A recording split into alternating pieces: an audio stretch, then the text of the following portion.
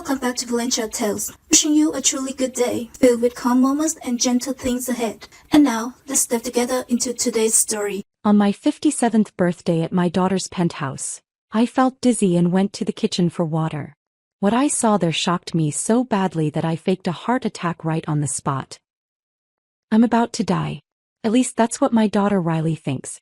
She's sitting across from me in her Seattle penthouse, watching me with predatory focus as she slides a champagne flute toward my hand. The liquid inside looks golden and celebratory. It's actually laced with enough antifreeze to cause kidney failure within 12 hours. I know this because 3 minutes ago I watched her husband Devin prepare it. I saw him measure the poison with a syringe. I heard him tell Riley, 3 milliliters total. It'll look like natural causes when she dies tomorrow. Before we continue, if you believe that mothers deserve better than betrayal from their own children, please hit that subscribe button. It's free and helps these stories reach others who need to hear them. Now let's see how I survived. It's my 57th birthday, November 8th, and I came to dinner thinking Riley wanted to reconnect. The invitation 2 weeks ago had sounded so warm, so genuine. I want to make it special, Mom. Just the three of us. I'll cook your favorite meal. What she actually meant was, I want to make it look like natural causes, Mom. Just the three of us. So there are no witnesses. The first dose was in the mimosa she handed me when I arrived. I noticed the strange taste, too sweet, chemical, but I drank it anyway because I wanted so desperately to believe my daughter still loved me. Now my head is spinning and my vision is blurred, exactly the way Devin planned. The disorientation was intentional. Make the victim weak and compliant before delivering the fatal dose. To you, Mom, Riley says, her voice honey-sweet and hollow. Happy birthday. Devin is leaning forward slightly in his chair, watching me with barely concealed impatience. They're $480,000 in debt.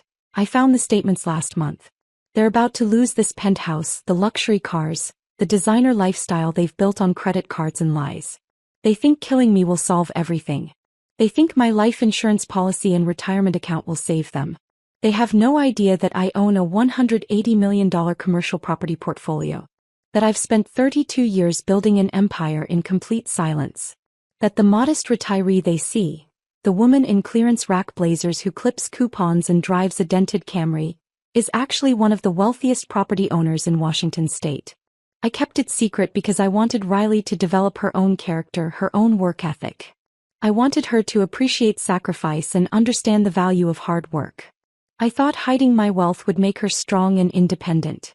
Instead, it just made her willing to kill me. I look at the champagne glass. I look at my daughter's face, tight with anticipation. I look at Devin's cold, calculating eyes. And I make my move. I clutch my chest and gasp. My hand flies to my sternum. The champagne flute slips from my grasp and shatters on the marble floor, sending golden poison spraying across Riley's $8,000 area rug. Mom. Riley shrieks, but she doesn't move toward me. I let my knees buckle. I crash to the floor, letting my body go limp. Through my closed eyelids, I hear them panicking, not about me dying but about the evidence soaking into their carpet. What they don't hear is the sound of sirens already approaching. The police I texted 5 minutes ago from the bathroom. The forensics team my attorney is bringing. The private investigator recording everything from his van across the street. They think I'm dying. They think they've won. They have no idea that Brooklyn Carter doesn't lose. But let me back up. Let me tell you how a mother ends up faking her own death on her birthday while her only child watches and waits for the poison to work. Because understanding who I am makes everything else make sense. My name is Brooklyn Carter. I'm 57 years old, and for 3 decades I've lived a carefully constructed double life. When people see me at the grocery store or on the bus, they see exactly what I want them to see. A retired real estate agent in sensible shoes from Payless and blazers from the Macy's clearance rack. I live in a small rent-controlled apartment in Capitol Hill, the same 2-bedroom unit I moved into when Riley was a toddler. My 2009 Toyota Camry has a dented bumper on the passenger side that I've never bothered to fix. Every Sunday morning, I sit at my kitchen table clipping coupons with reading glasses I bought at the dollar store. My neighbors think I'm barely scraping by. Mrs. Martinez downstairs has offered to help me apply for food assistance programs. The Johnsons in 3B bring me casseroles when they think I look too thin. The building superintendent gives me a break on my rent sometimes because he feels sorry for me. What none of them know, what nobody knows except my attorney Vanessa Hartwell, is that I control one of the largest commercial property portfolios in Washington state. Carter and Associates Holdings. The name exists on legal documents buried under layers of LLCs and trust structures designed to keep my identity private. 17 office buildings scattered across Seattle, Tacoma, and Spokane. 6 shopping centers, including 2 in neighborhoods that have tripled in value over the past decade. A dozen residential complexes with hundreds of units generating steady rental income every month. The whole operation is worth $180 million, and it essentially runs itself now.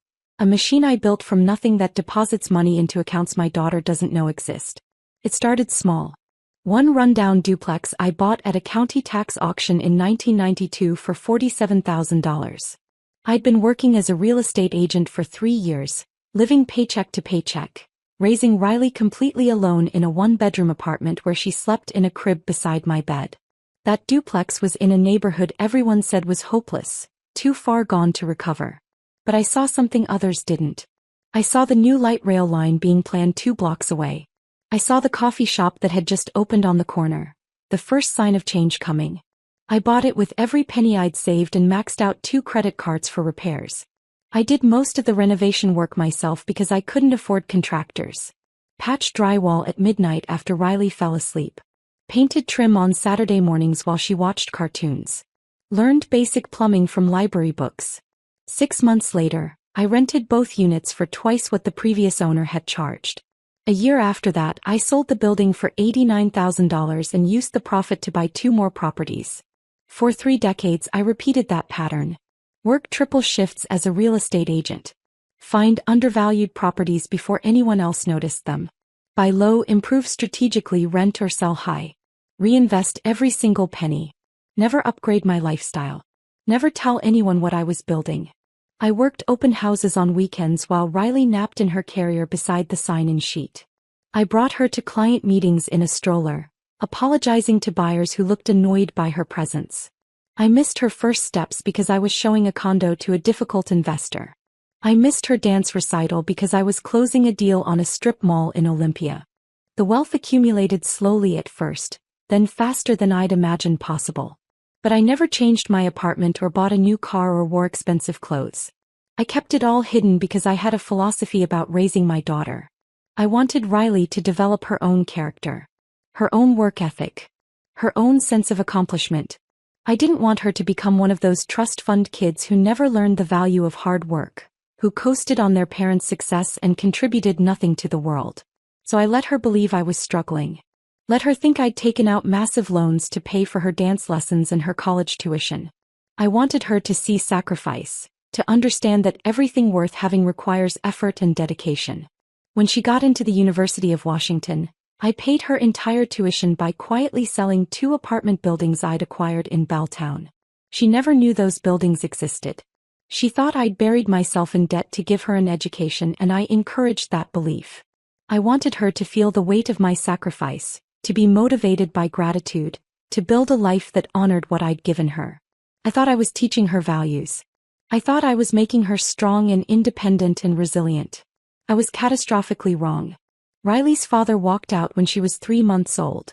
I woke up one morning to find a note on the kitchen counter, written on the back of a utility bill. I'm not ready for fatherhood. I'm sorry. Don't try to find me. Tom had packed a duffel bag and left for California with a woman he'd met at a sales conference. I never heard from him again. No child support. No birthday cards. No explanation beyond those 2 sentences. So I raised Riley completely alone. My parents had died in a car accident when I was 22, and I was an only child with no extended family. No siblings to call for help. No aunts or uncles or cousins. Just me and Riley against the world. And I was determined to make that world as good as I possibly could for her. I gave her everything I could manage. Dance lessons when she was 5 because she loved twirling in the living room. Summer camp every year at Lake Chelan because she adored swimming and making friendship bracelets. A bedroom of her own when she turned 8, which meant I moved my property management files out of the closet and worked at the kitchen table instead. I made sure she went to schools in good districts even though it meant longer commutes for me. But the empire I was building demanded time. So much time. I missed parent-teacher conferences because I was inspecting a building with foundation problems. I missed her middle school graduation because a tenant dispute in Spokane required immediate attention. I missed her prom send-off because I was negotiating a purchase agreement that couldn't wait. Every time I missed something, I told myself it was worth it. I was building her future. Securing her inheritance. Making sure she'd never struggle the way I had. I was being a good mother in the only way I knew how. By working myself to exhaustion to provide financial security she didn't even know existed. The first warning sign appeared when Riley was 24. She brought Devin Garrison home for Thanksgiving. He claimed he worked in tech consulting, which I quickly realized was code for unemployed with big ideas and no follow-through. He wore a Rolex that turned out to be fake. He drove a leased BMW he couldn't afford. He spent the entire dinner talking about disrupting industries and scaling startups without ever explaining what any of it actually meant. He looked around my small apartment with barely concealed disgust.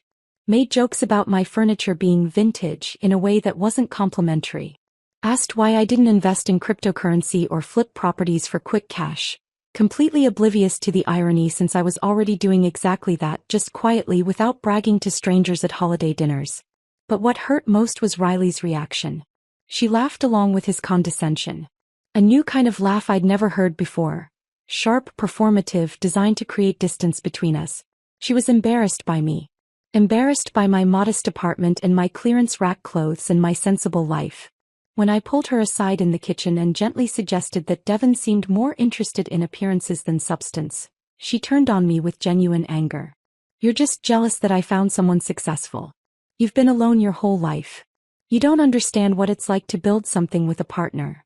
The words stung deeply, but I convinced myself it was just normal mother-daughter tension. They got married 6 months later in a ceremony that cost $85,000. I found out later through my private investigator that the entire wedding was financed with credit cards. 12 different cards, all maxed out, all carrying interest rates above 20%. That's when the real distance started. Over the next 3 years, Riley's phone calls became less frequent. Her visits became rarer. She stopped asking how I was doing and started making pointed suggestions instead. Had I thought about downsizing? Should I consider selling the Camry? Maybe I should look into senior living communities with meal plans? She was trying to convince me to liquidate what she thought were my only assets so she could access whatever equity existed. She didn't know the apartment was rent-controlled and worth nothing to sell. She didn't know the Camry was paid off and perfectly reliable despite its dented bumper. Last month, during one of her supposed migraine episodes when she asked me to help organize her mail, I found what I'd been dreading. Property tax notices with late fees stacking up. Collection letters from 3 different agencies. Credit card statements showing $480,000 in combined debt across 9 cards and 3 personal loans. They were drowning in their own financial decisions and they were desperate. I didn't confront her. I quietly photographed everything with my phone and asked Marcus Webb, my private investigator, to intensify his monitoring of their finances. I needed to understand exactly how bad things had gotten. Then 2 weeks ago, Riley called with that warm, syrupy voice I didn't recognize. She invited me to dinner for my birthday. Just the 3 of us at her penthouse. She'd cook my favorite meal. We'd celebrate properly. She wanted to reconnect after being distant. Something felt wrong about the invitation, but I wanted so desperately to believe her. I wanted to believe my daughter still loved me somewhere beneath the debt and the designer clothes and Devin's toxic influence. So I said yes. I accepted the invitation. I had no idea I was walking into a trap. Now here I am, lying on Riley's cold marble floor with my eyes closed, listening to her and Devin panic about the champagne I spilled. The poison meant to kill me is soaking into their expensive rug instead of destroying my kidneys. And the sirens are getting louder. The sirens are still distant, maybe 3 or 4 blocks away, but getting closer with every second. I stay perfectly still on Riley's marble floor, my body limp, my breathing shallow and irregular. Through my closed eyelids, I can hear Devin's footsteps, frantic, pacing back and forth across the living room. Why are there so many? His voice cracks with panic. Riley, did you call 911 yet? No. Riley's voice comes from somewhere near the kitchen. You said to wait. You said we had to make sure she was actually. Then who called them? The question hangs in the air. I can almost feel their paranoia thickening, their certainty crumbling. They're realizing something has gone terribly wrong with their perfect plan. But to understand how we got here, to this moment where I'm playing dead while my daughter panics about evidence, you need to know how this birthday dinner actually started. Because 5 hours ago I had no idea what was coming. 5 hours ago I still believed my daughter might love me. November 8th arrived cold and drizzly, the kind of typical Seattle weather that seeps into your bones. I took the bus to Riley's building because parking downtown costs a fortune and I've never believed in wasting money on unnecessary expenses. The number 10 dropped me off at First Avenue, and I walked the last 2 blocks with my umbrella fighting against the wind. Harbor Steps Tower rose above me like a glass monument to wealth I knew Riley and Devin didn't actually have. The lobby was all gleaming marble and modern art sculptures. Twisted metal pieces that probably cost more than most people's annual salaries. A massive chandelier hung from the ceiling, each crystal catching the light and throwing rainbows across the polished floor. The doorman looked up from his desk as I approached. His eyes swept over me, my practical raincoat from Target, my sensible shoes, my purse that had seen better days. His expression shifted from professional courtesy to barely concealed judgment. I could see the question forming in his mind. What is this woman doing here? I'm here to see Riley Garrison, I said, keeping my voice steady and polite. Penthouse 2207. His eyebrows lifted slightly, surprise flickering across his face before he caught himself. Of course. Name. Brooklyn Carter. Her mother. Recognition dawned, followed immediately by a careful neutrality that told me everything I needed to know. Riley had never mentioned me to the building staff. Or if she had, it wasn't in any context that suggested pride or affection. Elevators to your left, he said, waving vaguely without looking up again. The ride to the 22nd floor felt endless. The elevator was lined with mirrors on 3 sides, and I caught my reflection from multiple angles. A woman who looked every year of her 57, gray hair that needed touching up, lines around her eyes from decades of stress and sleepless nights. I straightened my collar and told myself it didn't matter what I looked like. This was my daughter. She'd invited me here. She wanted to reconnect. The elevator chimed and the doors slid open onto a small private hallway with only 2 doors. Riley was standing outside the left one, and for a moment, just a flash, I saw the little girl she used to be. The one who'd run to meet me at the door after work, throwing her arms around my legs and chattering about her day. Then the moment passed. The woman in front of me was a stranger wearing my daughter's face. Mom. She stepped forward, her arms opening for a hug. She was dressed in a silk blouse the color of champagne and designer jeans that still had those crisp creases down the front from being recently purchased. Her hair was styled in loose waves that probably cost $200 at a salon. Diamond studs, or what I assumed were meant to look like diamonds, glinted in her ears. The hug felt wrong. Too brief. Too stiff. Like she was embracing someone for a photograph, holding the pose just long enough for it to count before pulling away. Happy birthday, Mom, she said, but her eyes were somewhere else. They flicked past me toward the elevator, then back, then toward the open door of her penthouse. Distracted. Calculating. Like she was checking off boxes on a mental list. Thank you for inviting me, I said, meaning it despite the awkwardness. It's been too long. I know. I'm sorry about that. Things have just been so crazy with Devin's business and the renovation projects and, well, you know how it is. She gestured for me to follow her inside. Come in, come in. Dinner's almost ready. The penthouse took my breath away, but not in a good way. Floor-to-ceiling windows dominated the far wall, offering a panoramic view of Elliott Bay and the Seattle skyline. The furniture was all sharp angles and minimalist design, beautiful but uncomfortable looking.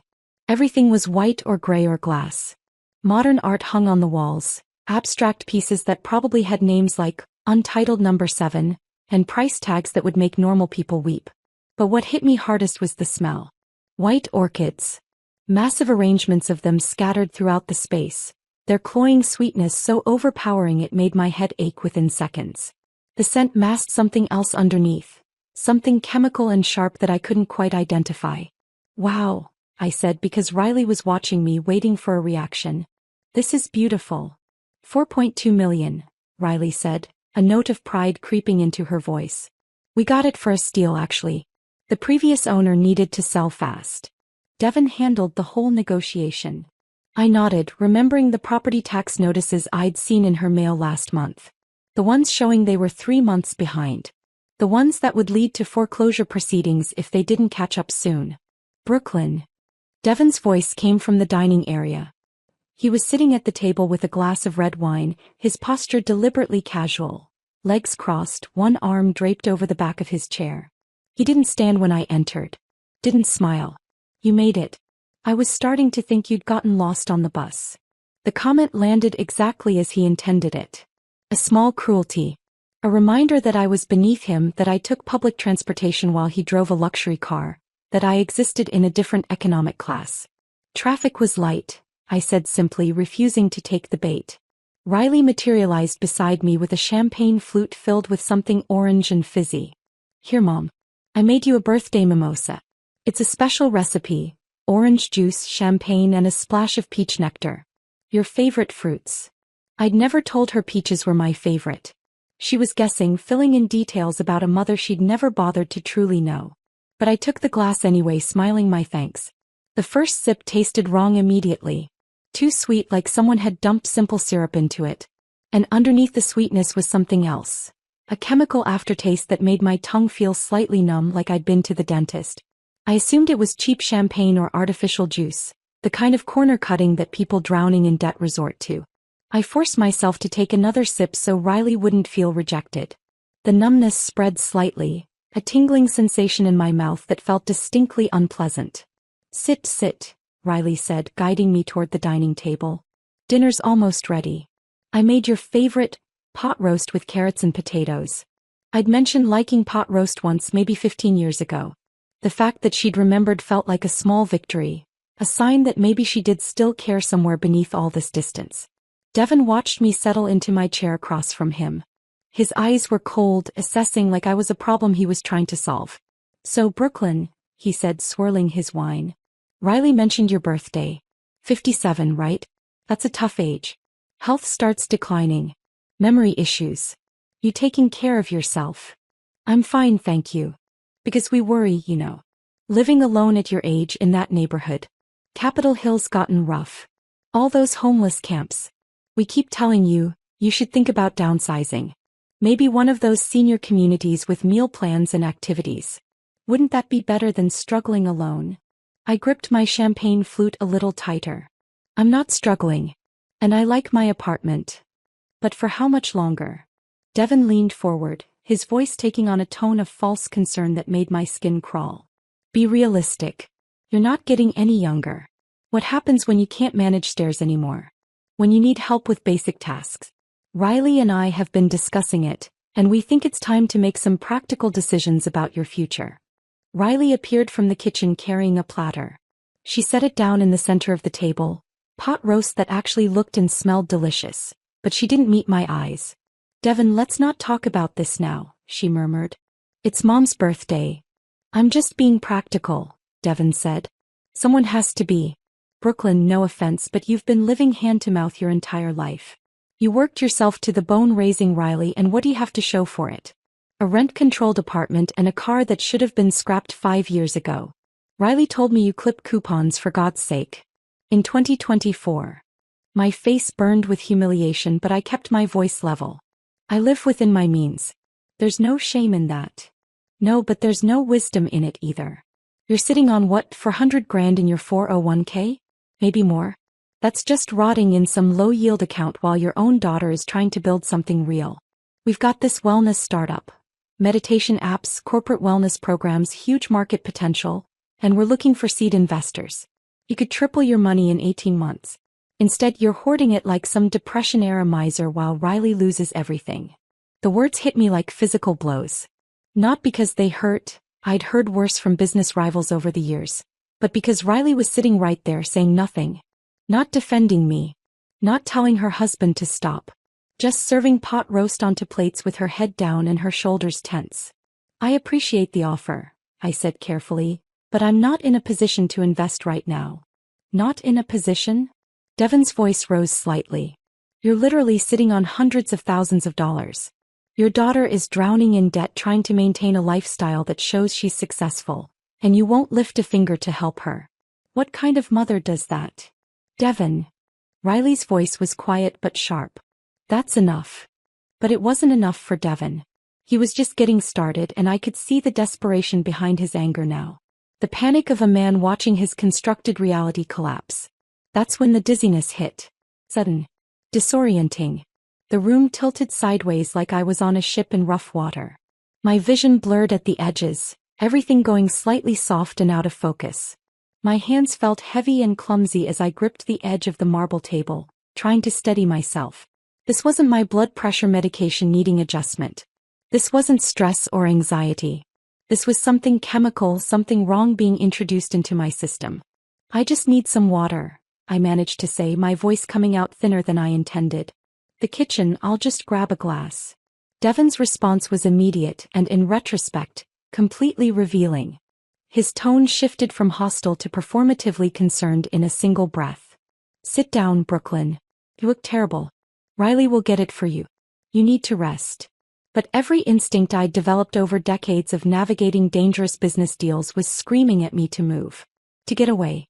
To find out what was happening. No, I said, pushing myself to my feet despite my unsteady legs. I need to walk it off. I'll be fine. I stumbled toward the hallway, one hand on the wall for support. My heart was pounding, not from exertion but from a fear I couldn't yet name. Behind me, I heard Riley and Devon's voices drop to urgent whispers, too quiet to make out the words but sharp with tension. The hallway stretched before me longer than it should have been. And that's when I noticed what I'd been too distracted to see when I arrived. The walls were covered with photographs. Enormous black and white prints in expensive frames. Riley and Devon at what looked like a charity gala, both in formal wear, champagne glasses raised. Riley and Devon on a yacht, the Mediterranean coastline behind them. Riley and Devon in ski gear at some resort, mountain peaks in the background. Every single image showed wealth and status they didn't actually possess. Every frame told a story of success built entirely on borrowed money and lies. But what broke my heart was the absence. Not a single photograph included me. Not one image from Riley's childhood. Not the picture from her college graduation where I stood beside her in my thrift store suit, so proud I could barely speak. That photo used to sit on her bookshelf in her first apartment. She'd kept it for years. Now it was gone. Erased. Like I'd never existed. Like the sacrifices I'd made, the life I'd built for her, meant nothing compared to these carefully staged images of a fake life. My legs carried me forward, but my heart was breaking with each step. The dizziness was getting worse, my vision narrowing at the edges. I reached out to steady myself against the wall and my hand left a smudge on the pristine white paint. That's when I heard the voices coming from the kitchen. Hushed but urgent. Conspiratorial. I pressed my back against the wall and peered through the narrow gap where the door stood slightly ajar. And everything I thought I knew about my daughter shattered in an instant. And everything I thought I knew about my daughter shattered in an instant. Through the 3-inch gap in the kitchen door, I could see Devon standing at the center island.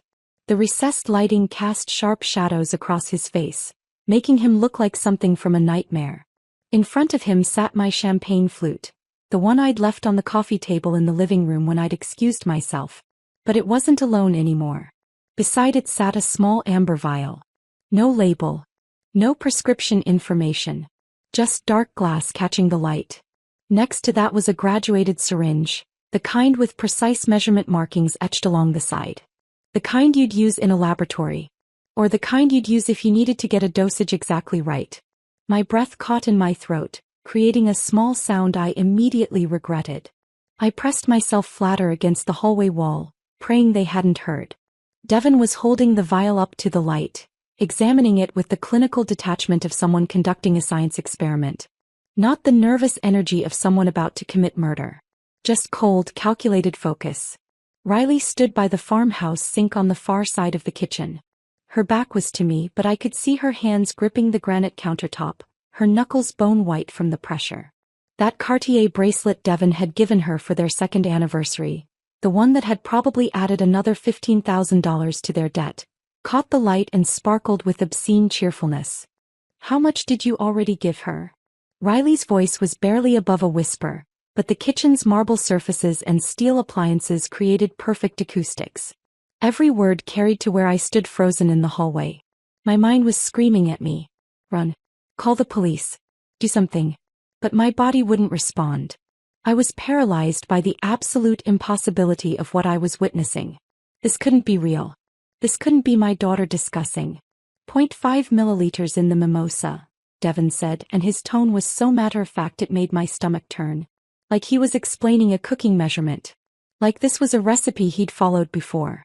Just enough to make her disoriented and compliant. The antifreeze is sweet. Masks itself in orange juice perfectly. She didn't even hesitate when she drank it. Antifreeze. The word echoed in my skull. The chemical taste I'd noticed. The strange numbness in my mouth. The dizziness that had come on so suddenly. They'd already poisoned me. Now we finish it with the champagne, Devon continued, unscrewing the vial cap with steady hands. 3 milliliters total. That's the key, not too much that it's obvious but enough to guarantee results. CDC toxicology reports are very specific about ethylene glycol. For someone her size with her blood pressure issues, 3 milliliters will cause acute kidney failure within 8 to 12 hours. Looks exactly like natural causes. He began drawing liquid from the vial into the syringe, pulling the plunger back with practiced precision. The clear fluid filled the chamber slowly, measured and deliberate. Riley's shoulders were shaking. For a moment I thought maybe she was crying. Maybe some part of my daughter was still in there, horrified by what they were planning. Then I realized she wasn't crying. She was just trembling with nerves. What if someone orders an autopsy? Riley asked, her voice tight and high-pitched. What if they test for it? They won't. Devon's confidence was absolute. He held the syringe up to the light, checking the measurement. Think about it logically. She's 57 years old. She has documented hypertension. Her medical records show she's non-compliant with her medication. I checked when I accessed her patient portal using that password reset trick. She just had a heavy meal with wine and rich food. When an overweight, hypertensive woman in her late 50s dies suddenly after dinner, the automatic assumption is cardiac event or kidney failure. He positioned the needle over my champagne flute and slowly injected the contents, his hand perfectly steady. The clear liquid disappeared into the golden bubbles without a trace. Plus, Devon continued, setting the empty syringe down and swirling the glass gently, she has no siblings. No close friends. You told me yourself she burned those bridges years ago being obsessed with work. No one's going to demand additional testing. No one's going to question the narrative we provide. We're her only family. We control the story. The casual cruelty of his words was breathtaking. He'd thought through every angle, anticipated every question, prepared answers for every potential complication. This was an impulse. This was a plan. A detailed, researched, carefully constructed plan to murder me and make it look like natural causes. We just need to make sure she drinks it all, Devon said, examining the champagne flute with satisfaction. Once we get her back to the table, we pour this and make a toast. Birthday celebration. She'll drink it because she's desperate for your approval, desperate to believe you still care about her. Then we wait. How long? Riley's voice was so quiet I almost didn't hear it. The preliminary symptoms start in 4 to 6 hours. Nausea, confusion, increased heart rate. We'll act concerned, offer to call for help, but she'll probably insist she's fine. You know how she is, never wants to be a burden. By the time she gets really bad, she'll be home in that apartment. Alone. She'll probably call 911 herself when the pain gets unbearable, but by then it'll be too late. Kidneys will be shutting down. Even if they figure out it's poisoning, there's no way to trace it back to us. But murder, Devon. Riley finally turned away from the sink. I could see her face now, pale and drawn. We're talking about murder. She's my mother. For one desperate, agonizing moment, I thought she might refuse. I thought I might see some spark of the little girl I'd raised. The one who used to wrap her arms around my neck and whisper, "I love you, Mommy," before bed. The one who'd made me Mother's Day cards with crayon drawings and crooked hearts. But Devon stepped toward her, his expression hardening into something cold and frightening. She's an obstacle, he said, and each word felt like a knife. Look at our situation, Riley. Really look at it. We're 6 weeks from foreclosure. The credit cards are maxed. The car payments are 2 months behind. Your business failed. My business failed. We have nothing except this penthouse we can't afford and a lifestyle we can't maintain. But killing her isn't killing. It's survival. Devon grabbed Riley's shoulders, forcing her to look at him. She's 57. She's lived her life. A mediocre, small, meaningless life, but she lived it. We're 35 and 37. We have decades ahead of us. Decades that will be spent in bankruptcy and shame and poverty unless we do something drastic right now. The life insurance is only $400,000, Riley said weakly. Plus whatever's in her retirement accounts. Plus the equity in that apartment when we force a sale. Plus whatever else she's hiding. I guarantee you there's more. She's been squirreling away money her whole life like some paranoid Depression-era hoarder. Once we have power of attorney we can access everything. Liquidate it all. She'd never give us power of attorney. She won't have to. Devon's smile was cruel and knowing. Once she's incapacitated from the kidney failure, we petition the court for emergency medical guardianship. Given her condition and the fact that we're her only family, it's automatic. Then we make the compassionate decision to remove life support if it comes to that, and we inherit everything. Inevitable. The casual way he'd mapped out my death, not just my death but the systematic plundering of everything I'd built, made my vision go white at the edges. Riley stared at her husband for a long moment. I could see her chest rising and falling with rapid, shallow breaths. Her hands twisted together, the wedding ring she'd bought on credit catching the light. Then she nodded. Just a small dip of her chin. Almost imperceptible. But it was there. Okay, she whispered. Hey. But we have to be careful. Every detail has to be perfect. If anyone suspects, no one will suspect.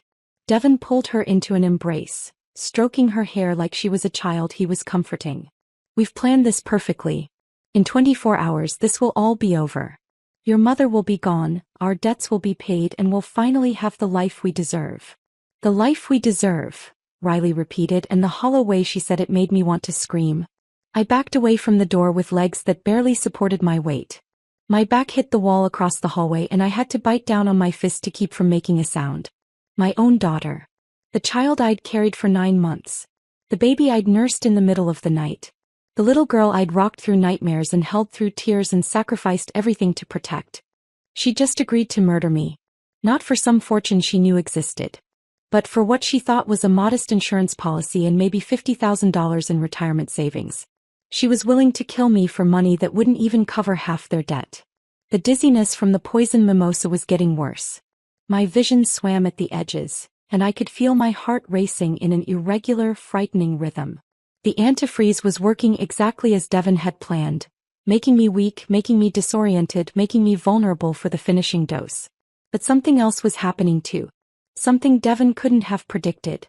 The fear and betrayal I felt was crystallizing into something harder. Something cold and sharp and absolutely focused. They'd underestimated me. Assumed I was weak. Assumed I was helpless. Assumed I'd built nothing worth protecting. They had no idea who Brooklyn Carter really was. They didn't know about the $180 million portfolio. They didn't know about the legal protections I'd put in place. They didn't know about the team of professionals I'd assembled. The attorney, the private investigator, the detective who owed me favors. Most importantly, they didn't know that I'd been documenting their financial collapse for months. That I'd suspected something was coming. That I'd prepared for exactly this kind of worst-case scenario. I pushed myself away from the wall and stumbled down the hallway toward the powder room I'd noticed near the entrance. My hands shook as I turned the knob and slipped inside, locking the door behind me with a quiet click that sounded impossibly loud in the silence. The bathroom was small but expensive. Marble countertops, designer fixtures, scented candles that probably cost $40 each. I gripped the edge of the sink and stared at my reflection in the mirror. My face was pale, almost gray. My pupils were slightly dilated. Small signs of the poison already working through my system. But my eyes were clear, focused, filled with a rage so pure it felt like electricity in my veins. I pulled my phone from my purse with trembling hands and opened my encrypted messaging app. 3 messages. 3 people who would understand exactly what to do. The first went to Lieutenant Grace Nakamura, Seattle PD. We'd worked together 2 years ago on a tenant fraud case. She owed me, and she was someone who didn't ask unnecessary questions. Code red. Attempted homicide in progress. 57 years old female. Suspects, family members. Poisoning via antifreeze in beverage. Address: Penthouse 2207 Harbor Steps Tower, 1221 First Avenue. Covert response required. Evidence in kitchen. Champagne flute contains ethylene glycol. Do not announce arrival. The second went to Vanessa Hartwell, my attorney and the only person who knew about Carter and Associates Holdings. Execute safeguard protocol immediately. Attempted murder confirmed. Activate forensic accountants and bring emergency medical team to Harborview Medical Center. I'm going under. Document everything. The third went to Marcus Webb, my private investigator. Omega situation. Get to Harbor Steps Tower now. Bring audio-video surveillance equipment. Park across street. Record everything from this point forward. Suspects: Riley Garrison and Devin Garrison. Crime: attempted murder by poisoning. I hit send on all 3 messages and then deleted them from my visible chat history. The encrypted app would keep them on the recipient's devices, but there'd be no trace on mine if someone checked. I splashed cold water on my face, watching the droplets run down my chin and drip into the marble sink. My reflection stared back at me. A woman who looked every year of her age, who looked tired and scared and hurt. But underneath that there was something else. Something Devin and Riley would never see coming. I dried my face with one of their expensive hand towels and took a deep breath. It was time to give the performance of my lifetime. Time to walk back into that living room, accept that poisoned champagne, and fake a collapse so convincing they'd never suspect I'd heard every word. Let them think I was dying. Let them panic about evidence. Let them believe they'd won. By the time they realized their mistake, the handcuffs would already be closing around their wrists. I unlocked the bathroom door and stepped back into the hallway ready to finish this.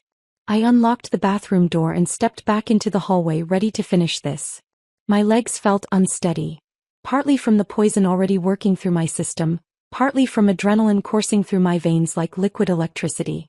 I steadied myself against the wall, letting my hand leave a visible smudge on the pristine white paint. Good. That would look authentic. A woman struggling to stay upright, confused and disoriented, stumbling back from the bathroom. I could hear movement from the kitchen. The soft clink of glass. Running water. They were cleaning up their workspace, disposing of evidence, preparing to serve me my execution disguised as a birthday toast. I forced myself to breathe slowly to stay in character. Weak. Dizzy. Unsuspecting. The hallway seemed longer now, the distance back to the living room stretching impossibly. Those photographs of Riley and Devin in their fake life stared down at me from the walls. Silent witnesses to my daughter's transformation from the girl I'd raised into someone I no longer recognized. Mom. Riley's voice came from somewhere ahead. Mom, are you okay? You were in there forever. I rounded the corner and saw her standing in the hallway entrance, backlit by the living room's expensive lighting. For a split second she looked genuinely concerned. Her eyebrows were drawn together, her mouth set in a small frown. Then I saw her eyes flick past me toward the bathroom, calculating whether I'd heard anything or seen anything I shouldn't have.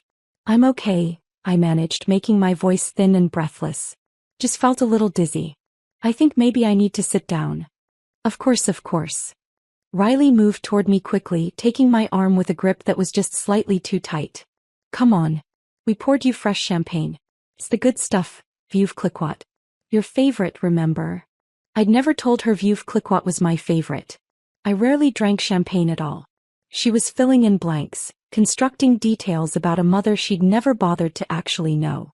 The casual invention should have hurt, but I was past hurt now. I was in survival mode. That's so thoughtful, I said, letting her support more of my weight than necessary. I shuffled my feet slightly, sold the image of a woman on the edge of collapse. You didn't have to go to so much trouble. It's your birthday, Mom. You deserve something special. The words were hollow, recited without meaning. Like dialogue from a script she'd memorized but never understood. We entered the living room and there was Devin standing by the sofa. He'd composed himself since I'd overheard them in the kitchen. His face was arranged in an expression of polite concern, though his eyes remained cold and watchful. In his hand was a fresh champagne flute, the liquid inside catching the light from the floor-to-ceiling windows. Golden. Sparkling. Beautiful. Deadly. Brooklyn, he said, his voice smooth with false warmth. You look terrible. Here, sit down before you fall down. He gestured to the sofa with his free hand while keeping the champagne flute carefully level in the other. Riley was just telling me how worried she is about you. This dizziness, has this happened before? Maybe we should call your doctor. The performance was almost impressive. If I hadn't heard him discussing my murder in clinical detail 10 minutes ago, I might have believed he actually cared. No, doctor, I said quickly, letting Riley guide me to the sofa. I just need to sit for a minute. It's probably just my blood pressure medication. Sometimes if I don't eat enough during the day, it makes me lightheaded. Well, you need to take better care of yourself. Devon pressed the champagne flute into my hand, his fingers lingering just a moment too long to ensure I had a firm grip. Here, this will help. Sugar and bubbles, it'll get your blood sugar up. The flute felt impossibly heavy in my hand. Or maybe that was the weight of knowing what it contained. 3 milliliters of antifreeze, carefully measured and dissolved into expensive champagne. Enough to cause kidney failure within 12 hours. Enough to kill me slowly while they watched and waited and pretended to care. I looked down at the golden liquid. Tiny bubbles rose to the surface in delicate streams, bursting when they reached the air. It looked exactly like what it was supposed to be. A celebratory drink, a birthday toast, a gesture of love from family. Then I looked up and saw Riley perched on the arm of the sofa beside me. Her body was rigid with tension, every muscle tight. She wasn't blinking. Her breathing was shallow and rapid, her chest rising and falling too quickly. She was staring at the champagne flute in my hand with an intensity that would have been alarming if I hadn't known exactly what she was thinking. She was waiting for me to drink. Waiting for me to seal my own fate. Waiting for the moment when the poison passed my lips and the countdown to my death began. Devon had positioned himself slightly behind me, close enough that I could smell his cologne. Something expensive and cloying that probably cost more than my monthly grocery budget. He was watching too, though he was better at hiding it. His expression remained concerned and attentive, but I could feel his focus laser-locked on my hands, on the glass, on whether I was going to drink. To you, Mom, Riley said suddenly, her voice pitched too high, too bright. Happy 57th birthday. I know we haven't been as close lately as we should be, but I want you to know how much I appreciate everything you've done for me. Everything you've sacrificed. You're an amazing mother. The lies came so easily to her. The words were exactly what I'd longed to hear for years, but they meant nothing. Less than nothing. They were just bait, manipulation designed to make me emotional enough to drink without thinking. I raised the glass toward my lips. My hand was shaking. That part wasn't performance, that was genuine fear mixing with rage, but it worked in my favor. I looked fragile. Vulnerable. Exactly what they wanted to see. The rim of the glass touched my mouth. I tilted it just slightly, letting the smallest amount of liquid touch my tongue. Sweet, with that distinctive chemical burn underneath that I now recognized as antifreeze. The taste was masked well by the champagne and what tasted like added sugar syrup, but it was there. Undeniable proof of what they'd done. I let my eyes widen slightly as if registering that something was wrong. Let my breath catch. Then I clutched my chest with my free hand. The gasp that tore from my throat was half performance, half genuine horror at what my own child had become. My fingers dug into the fabric of my blouse, gripping hard enough that my knuckles went white. The champagne flute slipped from my other hand. I didn't throw it, I just let it fall, let gravity take over. It hit Riley's pristine white area rug and shattered. Golden liquid sprayed across the expensive wool in a spreading stain, glass shards scattering like tiny diamonds across the floor. The sound of breaking crystal was sharp and final in the quiet penthouse. Mom! Riley shrieked, and her voice was perfect panic. But she didn't move toward me. She didn't reach out to catch me or help me. She froze exactly where she was, her eyes locked on the champagne soaking into her $8,000 rug. Not concern for her dying mother. Concern for the evidence spreading across her floor. I squeezed my eyes shut and let my body go completely limp. Decades of working on construction sites, of climbing ladders and walking roof edges and inspecting unstable structures. All of that had taught me how to fall without seriously hurting myself. I let my knees buckle and went down hard, my body crumpling sideways off the sofa onto the cold hardwood floor that extended beyond the rug's edge. The impact jarred my hip and sent a spike of pain up my spine, but I'd taken worse falls. I knew how to distribute the force, how to protect my head, how to land in a way that looked devastating but wasn't actually dangerous. I let my head loll to the side, my cheek pressed against the floor. kept my eyes squeezed shut, made my breathing shallow and irregular, not the steady rhythm of someone faking, but the erratic gasps of someone in genuine distress. Through my closed eyelids, I could hear everything with crystal clarity. Is she dying already? Riley's voice was high-pitched and panicked, but still she didn't come to me. I could hear her heels clicking rapidly, but the sound was moving away, not closer. Devon, she barely drank any. What if? Shut up.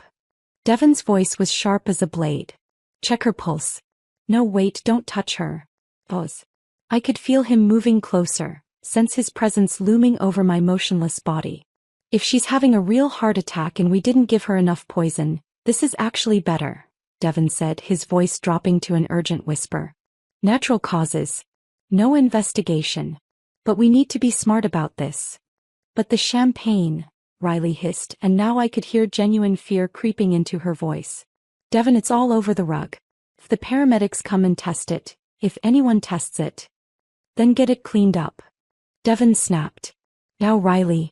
Use club soda, blot it. Don't rub or it'll spread. Move. I heard Riley's heels clicking frantically toward the kitchen. Heard cabinets opening, bottles clinking, the sound of liquid being poured. She was trying to clean up the poisoned champagne, trying to eliminate the evidence before help arrived. Devon's footsteps circled me slowly. I could feel him leaning down, close enough that I could smell his cologne and the wine on his breath. Close enough that if I'd opened my eyes, I would have been staring directly into his face. Come on, he muttered so quietly I almost didn't hear it. Come on, you stubborn old woman. Just die already. Just make this easy. The words should have terrified me. Should have made me want to scream or fight or run. But instead I felt that cold rage solidify into something harder. Something unbreakable. He straightened up and I heard his phone come out of his pocket. The sound of him dialing. His voice shifted back to that false concern as he spoke. Yes, 911. My mother-in-law just collapsed. I think she's having a heart attack. Yes, she's breathing but it's very shallow. The address is. But he never finished that sentence. Because at that exact moment the sound I'd been waiting for cut through the night. Sirens. Multiple sirens growing louder by the second. Not the single ambulance Devon was trying to call. Not the delayed response that would arrive after they'd cleaned up the evidence and constructed their story. This was a full response. Police, fire department, paramedics, all converging on this address at the same time, responding to the messages I'd sent from the bathroom 15 minutes ago. Devon's voice cut off mid-sentence. I heard his phone clatter to the floor. What the? He moved to the windows and I could picture him staring down at the street below, watching emergency vehicles arrive in force. Riley, why are there so many? Did you call 911? No. Riley's voice came from the kitchen, sharp with panic. You said to wait. You said we had to be careful about timing. Then who? The sirens were deafening now, right outside the building. I could hear car doors slamming, multiple sets of footsteps, the crackle of police radios. Something's wrong. Devon's voice had lost all its smooth confidence. Now it was raw panic, real fear. This isn't normal. This is too fast, too coordinated. He did something. That old woman did something. She couldn't have. Riley was back in the living room now and I could hear her pacing, her heels clicking erratically across the floor. She was dizzy, she was confused, she barely made it back from the bathroom. Then explain this. Devon shouted and I heard something hit the wall. Explain why there are 5 police cars and 2 ambulances outside right now. The penthouse door exploded inward. Not literally, but the force of the entry made it sound that way. Heavy boots pounded across the marble entryway. Multiple voices shouted commands in that specific authoritative tone that meant law enforcement. Seattle PD. Hands where we can see them. Step away from the victim. I kept my eyes closed, kept my body perfectly limp. Professional hands were on me within seconds. Checking my pulse, my breathing, my responsiveness. I felt someone lift my eyelids gently, saw blurred shapes through my lashes. Ma'am, can you hear me? I'm Officer Martinez with Seattle Fire. You're safe now. We've got you. But the voice that mattered came half a second later, so quiet that only I could hear it. A woman's voice, low and close to my ear. Mrs. Carter, it's Vanessa. The recording devices are active. Forensics has the champagne sample and the vial from the kitchen. Marcus has video from outside. You're clear. You can stop now. Relief flooded through me so powerfully I almost broke character. But I held on just a moment longer, letting my eyelids flutter open just slightly. Through my lashes I saw organized chaos. Uniformed officers. Paramedics with equipment. Plainclothes detectives with badges clipped to their belts. And beyond them, pressed against the far wall like trapped animals, I saw Riley and Devon. Their faces were drained of color. Their expensive clothes suddenly looked like costumes. All their borrowed wealth, their carefully constructed facade meant nothing now. We didn't do anything. Riley was screaming, her voice shrill and desperate. She just collapsed. We were about to call 911. This is insane. Her performance was good. Almost believable. The terrified daughter watching her mother have a medical emergency. But I knew better. I knew the calculation behind those tears. Devon tried a different approach, his voice shifting to indignant authority even though it shook at the edges. This is a massive overreaction. My mother-in-law had a dizzy spell. You're traumatizing her with all this chaos. I want badge numbers. I'm calling my lawyer. But then Lieutenant Grace Nakamura stepped into my field of vision. Her badge was clipped to her belt, her expression carved from granite and absolute certainty. Riley Garrison, Devon Garrison, she said, her voice cutting through all their protests like a knife. You're both under arrest for attempted murder. Riley Garrison, Devon Garrison, Lieutenant Nakamura said, her voice cutting through all their protests like a knife. You're both under arrest for attempted murder. You have the right to remain silent.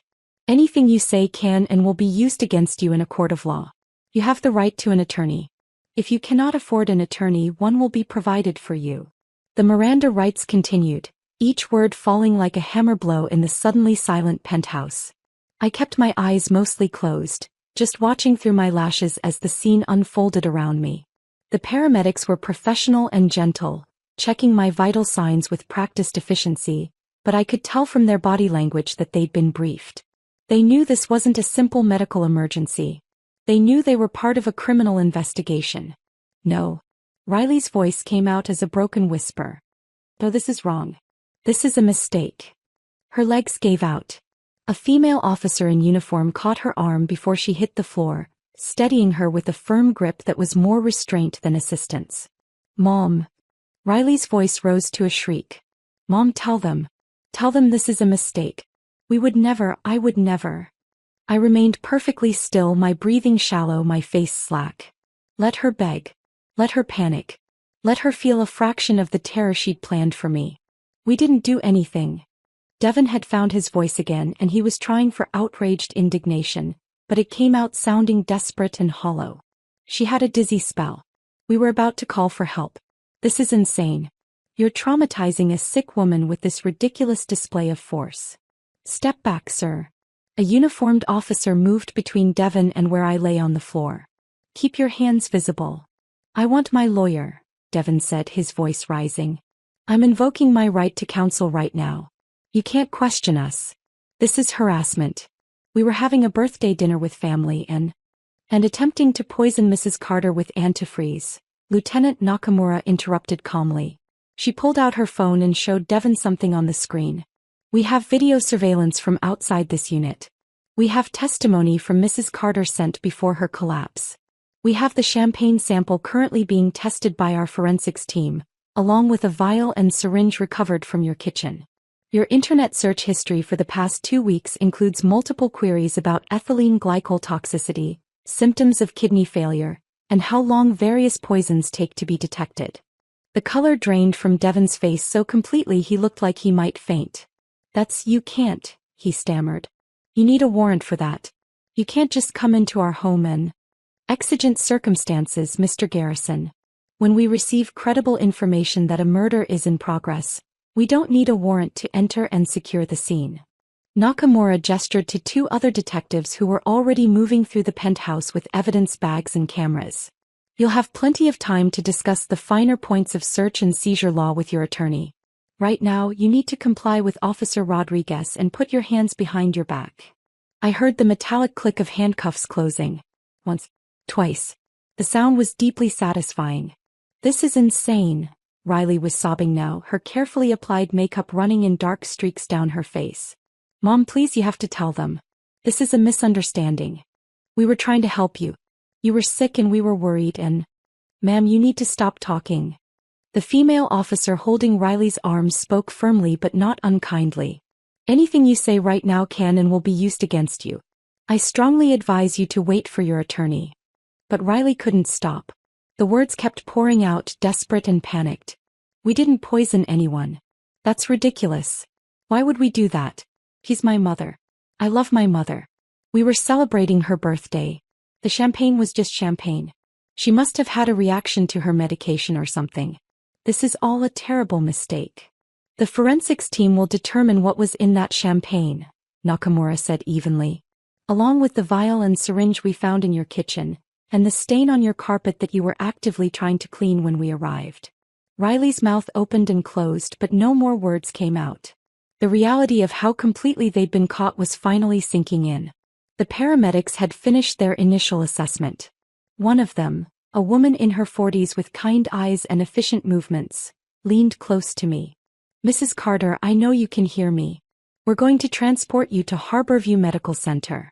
You've been exposed to ethylene glycol, and we need to get treatment started immediately. Can you squeeze my hand if you understand? I gave her fingers the slightest pressure. Enough to confirm comprehension, not enough to break the appearance that I was barely conscious. Good. We've got you. You're safe now.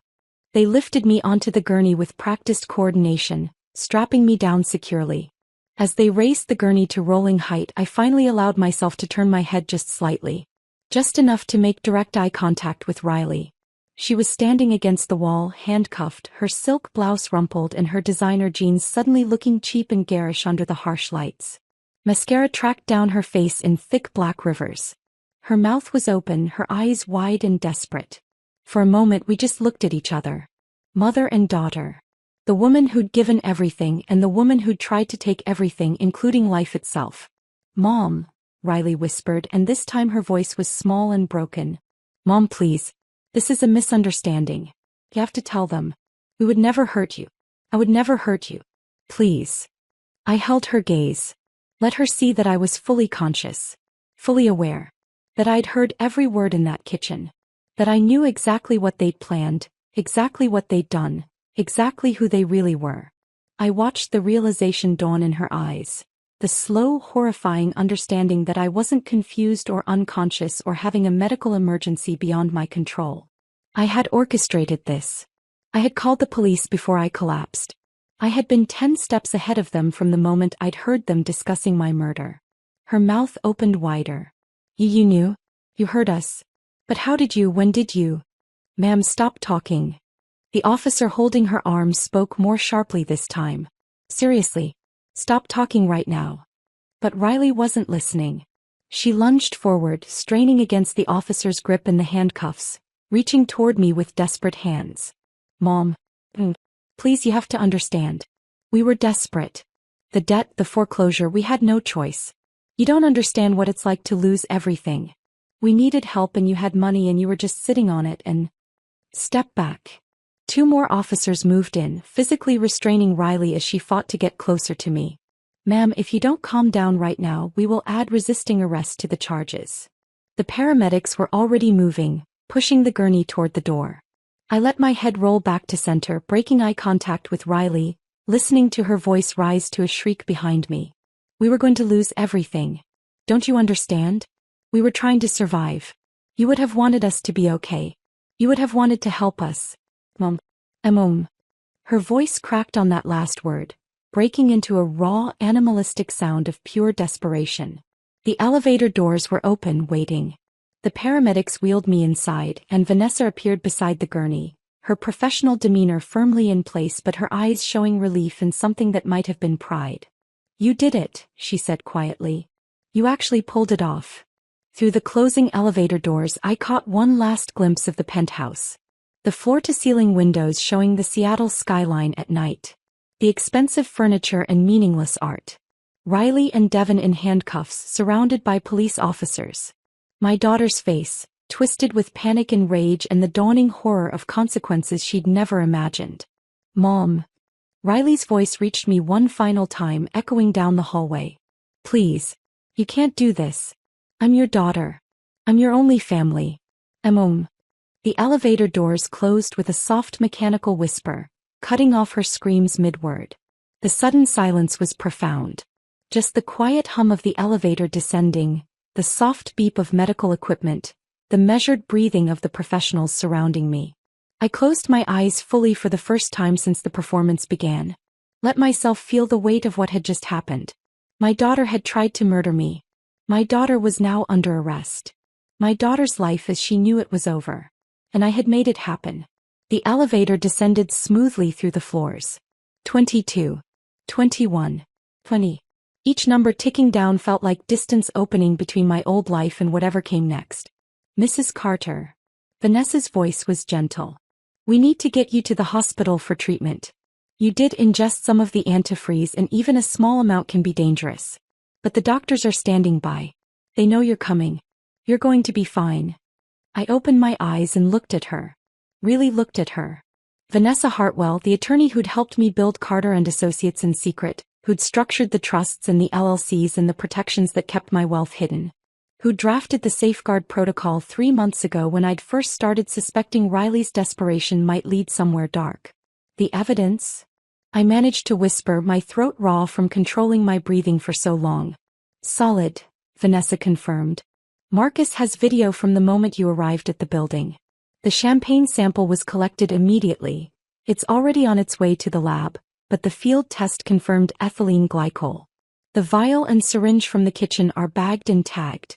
Riley's frantic attempt to clean the carpet before calling 911 was captured on the officer's body cameras. And your messages to Nakamura are time-stamped before your collapse, establishing that you were aware of the threat and took action. The elevator reached the ground floor. The doors opened onto organized chaos.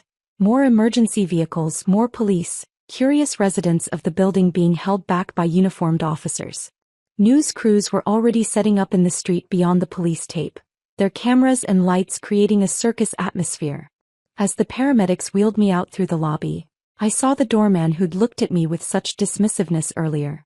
His eyes were wide with shock as he watched the woman he'd thought was too poor to belong here being wheeled out on a gurney, surrounded by police and paramedics, at the center of what was clearly a major criminal investigation. The November night air hit my face as we emerged onto the street. Cold and damp and somehow cleansing. The rain had stopped, leaving the pavement slick and reflective under the emergency lights.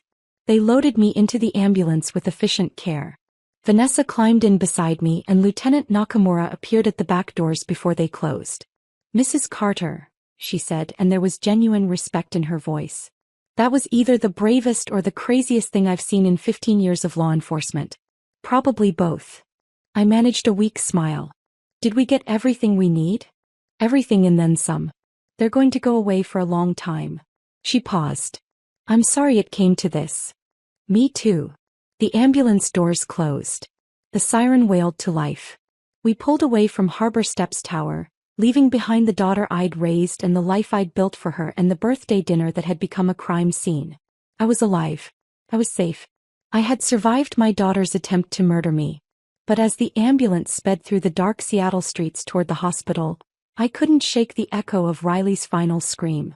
The word haunted me even as the adrenaline began to fade and the reality of my survival set in. I'd won. I'd saved my own life and brought my daughter to justice. So why did victory feel so much like grief? The question followed me through the emergency room intake, through the blood draws and 4 insertions, through the battery of tests they ran to determine how much antifreeze had actually entered my system. It sat beside me like a ghost as they moved me from the ER to a private room on the 4th floor, away from the public areas where reporters were already starting to gather. The private room at Harborview Medical Center was quiet in a way that felt almost holy after the chaos of the arrest. The walls were pale blue, the lighting soft and indirect. Medical equipment beeped and hummed with steady reassurance. Proof that I was alive, that my heart was beating, that my kidneys were still functioning despite Riley's best efforts to destroy them. I lay in the hospital bed, no longer performing, no longer pretending. Just Brooklyn Carter, 57 years old, trying to process the fact that my only child had attempted to murder me for money she didn't know existed. The 4 in my left arm delivered fomepizole, the antidote to ethylene glycol poisoning. The doctor, a tired-looking woman in her 40s, had explained that I'd gotten lucky. The amount I'd actually ingested from that single sip of champagne was minimal, not enough to cause serious damage if treated promptly. The mimosa's dose had been designed to disorient, not kill. If I'd drunk the full champagne flute as planned, the outcome would have been very different.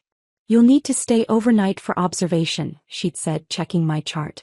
"But barring any complications, you should be able to go home tomorrow. You're a very fortunate woman, Mrs. Carter." Fortunate. The word felt obscene given the circumstances. Vanessa sat in the chair beside my bed, her laptop open, her expression focused and professional despite the late hour. She'd been with me since the ambulance ride, handling phone calls and coordinating with the police and managing the sudden explosion of legal issues that came with exposing my wealth and having my daughter arrested for attempted murder. "Marcus is still on site," she said, turning the laptop so I could see the screen. The display showed multiple camera feeds from his surveillance van, still parked across from Harbor Steps Tower. I could see police vehicles, evidence technicians going in and out of the building, and a growing crowd of onlookers and media personnel being held back by yellow tape. "The police are still processing the scene," Vanessa continued. "They've been there for 3 hours now. Forensics collected the champagne residue from the carpet. They literally cut out a section of the rug to preserve it. The vial from the kitchen counter. The syringe Devon threw in the trash under some paper towels. And they found 2 additional bottles in the bar area that field tests suggest may also have been tampered with." I felt my stomach turn. 2 additional bottles? "We think those were backups. In case you didn't drink enough of the champagne, or if you got suspicious and refused it. They wanted multiple delivery methods ready." Vanessa's voice was clinical, detached, but I could see anger simmering beneath her professional composure. "They'd planned this very thoroughly, Brooklyn. This wasn't impulsive. This was calculated." She pulled up another screen showing what looked like official documents. "The DA's office has already been in touch. Catherine Reeves, she's the senior prosecutor handling major crimes. She says this is the most airtight attempted murder case she's seen in a decade. We have your time-stamped messages establishing you knew about the threat before you collapsed. We have video surveillance of Devon preparing the poison. We have audio from the kitchen conversation. We have physical evidence with clear chain of custody. And we have their own panicked behavior when the police arrived. Riley trying to clean up the evidence, Devon's incriminating statements." "What did he say?" I asked. When the first officers arrived and started asking questions, Devon said, and I quote, "She was fine until she drank the champagne." He literally placed her at the scene of poisoning in his very first statement. Vanessa allowed herself a small, grim smile. "His lawyer is going to have nightmares about that." I stared at the surveillance feeds showing my daughter's building. Somewhere in that tower, in that expensive penthouse she couldn't afford, crime scene technicians were photographing and documenting the place where Riley had planned my death. Collecting evidence that would be used to prosecute her. Building the case that would send her to prison. My daughter. In prison. The thought should have brought satisfaction. Justice. Vindication. Instead it just felt hollow. What about the trust? I heard myself ask, though I already knew the answer. We drafted the documents 3 months ago, right after I'd found those credit card statements in Riley's mail and realized how desperate her situation had become. Executed exactly as planned, Vanessa confirmed. She pulled up the relevant documents on her screen, pages of legal text that I'd spent weeks perfecting with her. The irrevocable trust stipulates that upon your death or incapacitation under suspicious circumstances, 100% of your assets transfer to the Carter Foundation for Women's Entrepreneurship. Riley is excluded entirely. There's no mechanism for her to contest it, no loophole for her to exploit. The foundation was established 6 weeks ago and is already operational with its own board of directors. Devon never had any claim to begin with, I said. Correct. He married Riley, not you. He has no legal standing regarding your estate whatsoever. Vanessa closed that window and opened another. I've also activated the secondary provisions we discussed. All the quiet financial support you've been providing, the property tax payments on their penthouse, the minimum payments on 3 of their credit cards, Those anonymous deposits you made to their checking account every month to keep them afloat. All of it stopped the moment you were admitted to this hospital. She showed me account statements, transaction histories, a timeline of financial support I'd been providing for the past 18 months without Riley ever knowing. Thousands of dollars a month, channeled through intermediaries so it couldn't be traced back to me. Money I'd given because despite everything, despite the distance and the coldness, she was still my daughter. Within 72 hours, Vanessa continued, foreclosure proceedings will begin on the penthouse. They're already 4 months behind on the property tax, and without your payments they have no way to catch up. The bank will repossess Devon's leased BMW and Riley's Mercedes. The credit cards will default. Their carefully constructed lifestyle of borrowed money and fake success ends now. Good, I said and meant it. Let them feel what it's like to have nothing. Let them understand the life they thought I was living, the poverty they assumed I wallowed in while refusing to help them. Vanessa reached over and squeezed my hand. Her palm was warm and solid, real in a way that very little felt right now. How are you doing? Really? I closed my eyes and let myself feel the full weight of what had happened. For hours I'd been running on pure adrenaline and strategic thinking. Planning my survival, executing my escape, ensuring the evidence was collected. Now, in the quiet safety of this hospital room, the emotional reality was crashing over me like a tsunami. My daughter tried to kill me, I said, and hearing the words out loud made them somehow more real and more impossible at the same time. Riley. The baby I carried for 9 months. The child I rocked through nightmares and held through tears. The little girl who used to tell me I was the bravest person in the world. She stood in that kitchen and agreed to poison me. I know. I gave her everything, Vanessa. Everything. I worked myself into exhaustion. I missed her childhood because I was building something I thought would secure her future. I hid my success because I wanted her to develop character and strength and independence. And what did I create? Someone who sees me as an obstacle. Someone who thinks my life is worth less than their credit card debt. My voice cracked on the last words. I felt tears sliding down my face. The first tears I'd allowed myself since this nightmare began. You didn't create that, Vanessa said firmly. Devon did. Riley was already insecure about money, already ashamed of her modest upbringing, already desperate to appear successful. Devon saw all of that and weaponized it. He isolated her from you, convinced her that you were hoarding resources while she suffered, painted you as selfish and uncaring. He manufactured the resentment that made murder seem justified. But she made the choice, I said, opening my eyes to look at Vanessa. In that kitchen when he laid out the plan, she could have said no.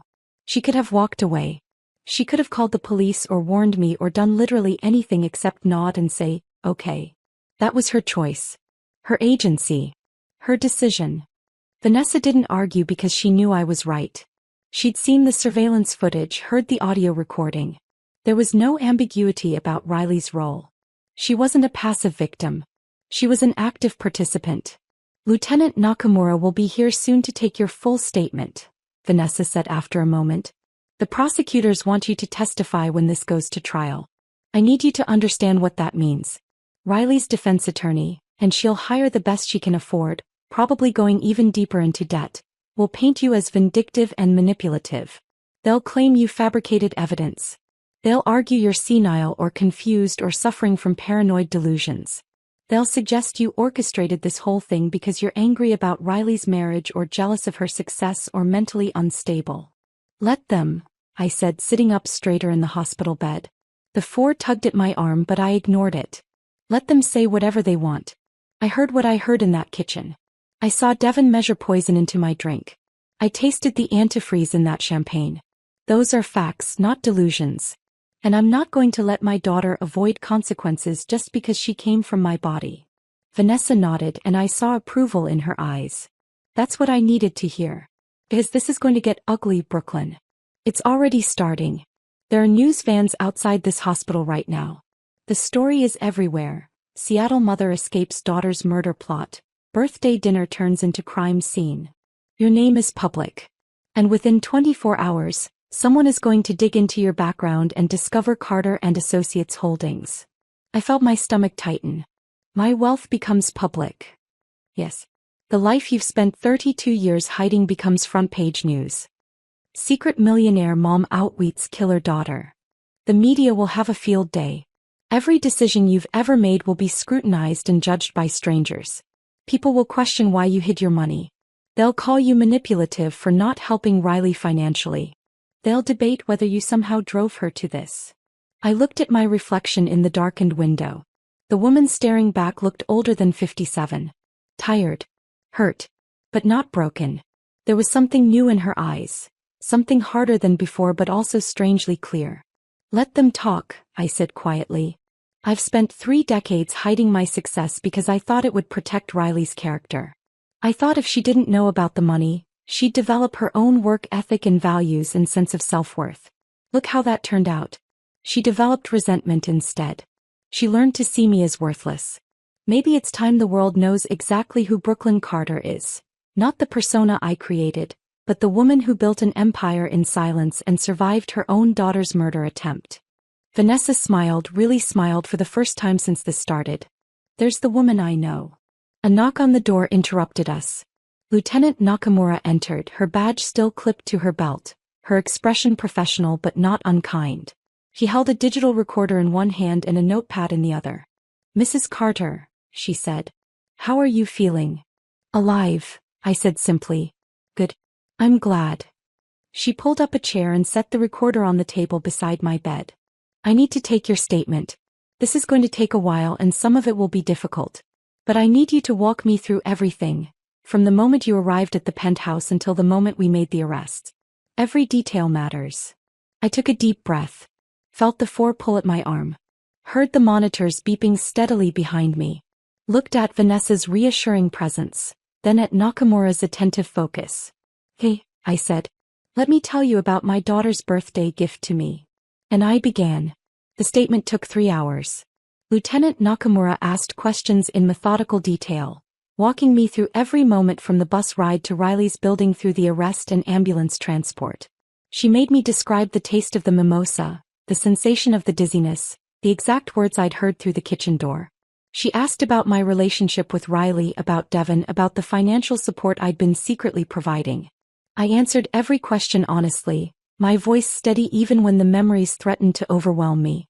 Vanessa sat quietly throughout, occasionally making notes but mostly just being present.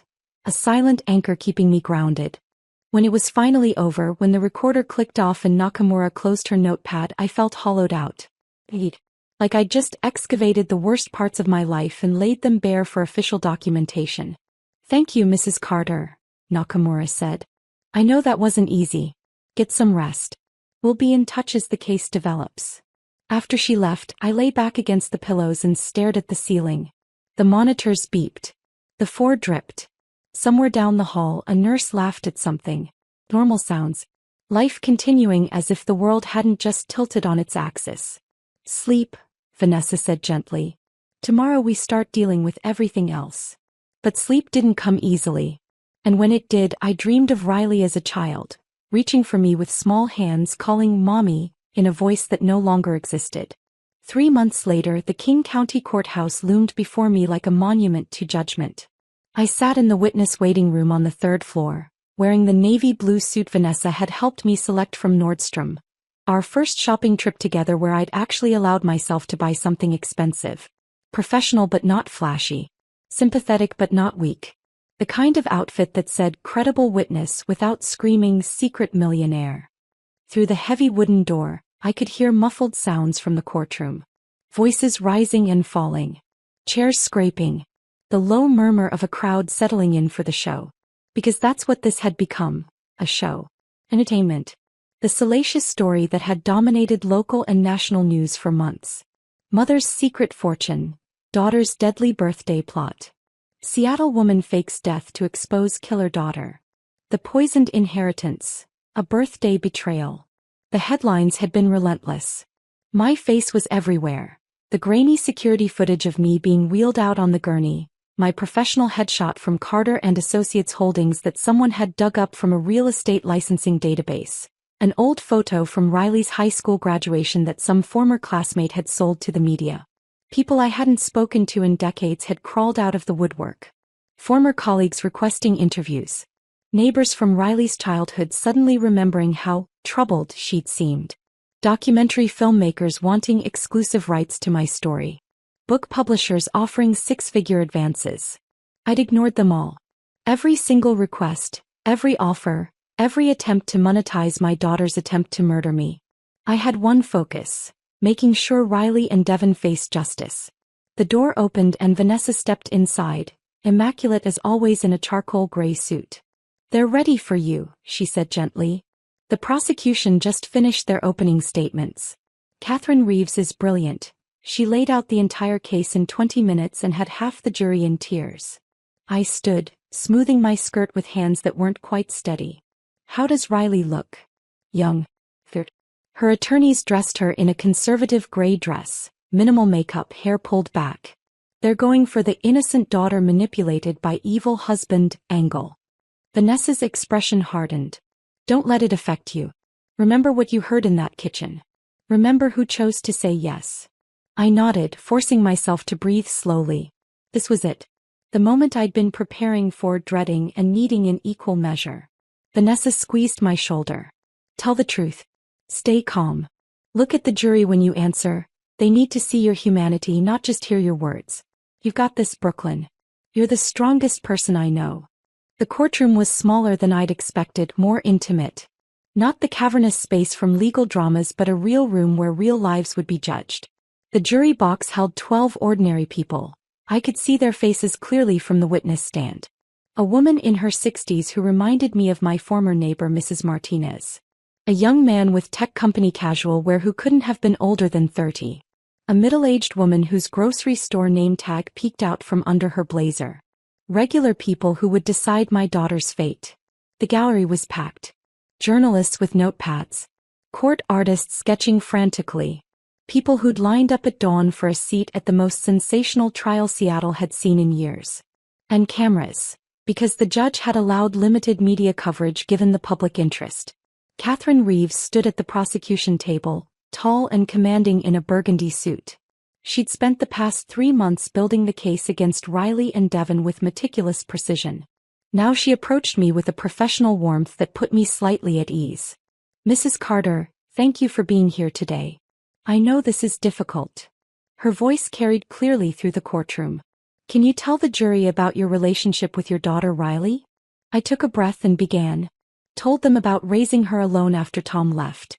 About the sacrifices, the double shifts, the birthday parties I'd planned on shoestring budgets. About paying for her education by quietly selling properties she didn't know existed. About hiding my wealth because I wanted her to develop character and independence. My voice stayed steady, but I couldn't help glancing toward the defense table. Riley sat between her two attorneys, and Vanessa had been right. They'd styled her to look as young and vulnerable as possible. The gray dress was demure, almost dowdy. Her hair was pulled back in a simple ponytail, no expensive styling. Her jewelry was minimal, just a simple silver cross necklace that I'd never seen her wear before, clearly chosen to signal innocence and faith. She looked nothing like the woman who'd handed me poisoned champagne while wearing a silk blouse and Cartier bracelet. When our eyes met, she didn't look away. For a long moment we just stared at each other across the courtroom. I searched her face for something, remorse, recognition, the daughter I'd raised. But all I saw was desperation and something that might have been defiance. Her lead attorney, a sharp-faced man named Richard Brennan, scribbled notes aggressively, preparing for cross-examination. Catherine guided me through the birthday dinner. The strange taste in the mimosa. The dizziness. The overheard conversation in the kitchen. "And what exactly did you hear Devon Garrison say?" Catherine asked. "He said he'd put 0.5 milliliters of antifreeze in the mimosa to make me disoriented and compliant. He said the champagne would contain 3 milliliters total, which would cause kidney failure within 12 hours and look like natural causes." A ripple went through the courtroom. One juror, a man in his 40s, visibly recoiled. "And what did your daughter Riley say during this conversation?" I took a breath, steadying myself. She asked what if someone questioned it. Devon told her no one would, that I had no close family or friends. That they controlled the narrative. Then Riley said, "But murder, Devon. She's my mother." The courtroom was absolutely silent. Even the journalists had stopped scribbling. And how did Devon respond? He said I was an obstacle to their survival. That they needed my life insurance and retirement account. That they needed it now, not in 20 years when I died naturally. My voice cracked slightly and I didn't try to hide it. And then Riley nodded and said okay. She told him to make sure I drank all of it. Objection. Richard Brennan shot to his feet. Your Honor, the witness is speculating about my client's intent based on. Overruled, Judge Morrison said firmly. The witness is testifying to what she directly observed and heard. Continue, Ms. Reeves. Catherine took me through the rest. The bathroom, the messages, the performance, the arrest. My testimony lasted nearly 2 hours and through it all I kept my composure. Kept my voice steady. Kept my eyes on the jury, letting them see the truth in my face. When Richard Brennan stood for cross-examination, he came out swinging. Mrs. Carter, you've testified that you built a $180 million fortune in complete secrecy, hiding it from your daughter for over 30 years. Is that correct? Yes. And you did this, you claim, to teach her character. To make her independent and strong. Yes. Isn't it true, Mrs. Carter, that you're a manipulative, controlling woman who enjoyed watching your daughter struggle while you sat on a fortune you refused to share? No. Isn't it true that when Riley finally found happiness with Devon, you couldn't stand losing control of her life? No. Isn't it true that you fabricated this entire poisoning story because you were angry that Riley had chosen her husband over you? No. I looked directly at him, then at the jury. I heard what I heard. I saw what I saw. The forensics confirmed ethylene glycol in the champagne and in the vial from their kitchen. Devon's internet search history is in evidence. The audio recordings are in evidence. These are facts, Mr. Brennan. Not fabrications. He tried for another hour but couldn't shake my testimony. The evidence was too solid, too overwhelming. When Devon took the stand 2 days later, his performance was polished but hollow. He denied everything, claimed the evidence was planted or misinterpreted, painted me as a vengeful mother destroying her daughter's life. But Catherine demolished him on cross-examination. Played the audio recordings where his voice was unmistakable. Showed his fingerprints on the vial. Displayed his search history. Lethal dose ethylene glycol human. Symptoms kidney failure versus heart attack. How long detect antifreeze autopsy. I watched his confidence crumble in real time. Then came Riley's turn. The defense called her on the final day of testimony, their last hope for creating reasonable doubt. She walked to the witness stand with her head bowed, moving like someone approaching their own execution. Her hand shook visibly as she placed it on the Bible to be sworn in. Her attorney led her through a carefully constructed narrative. Devon had manipulated her. Financially abused her. Emotionally coerced her. She'd been terrified, desperate, not thinking clearly. I never wanted to hurt my mother, Riley said, tears streaming down her face, her voice breaking.